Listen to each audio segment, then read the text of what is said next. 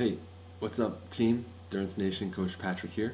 It's early in the morning, November 1st, mere hours before the November out season begins, but that's not why I'm here to talk to you today. I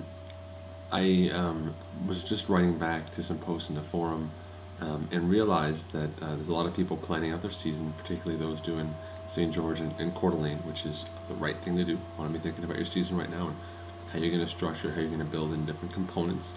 I see people, trying to figure out where they can put in, their big bike week or the big tri week. For those of you who don't know what that is, please go over to the blog, endurancenation.us/blog, and you can search for big training week, big tri week, or big bike week, or just big week. That probably would pull up all of them. And it gives you some information about how we advise you to add focus periods of volume to our steady age group or focus protocol to make the most of your fitness. Everyone's kind of throwing around dates and managing vacations and stuff like that, which is great. But as another recent thread of the forum has shown us, sometimes the willingness to do the work doesn't match your body's ability to absorb that work and put it to good use. That is very, very different. What you want to do and what you're able to do can be two very different things. And if you're not ready to handle that work, you could be potentially very early in your year, February, March, planning to dig a hole from which you will not recover for the rest of your year. So you need to start taking a good look at your performance manager chart. And if you don't have power pace, then you want to start really taking a good look at sort of your fatigue levels, especially when you're coming off the out season and heading into that period of time. In fact, and this is the point of this video, I would encourage you to do this.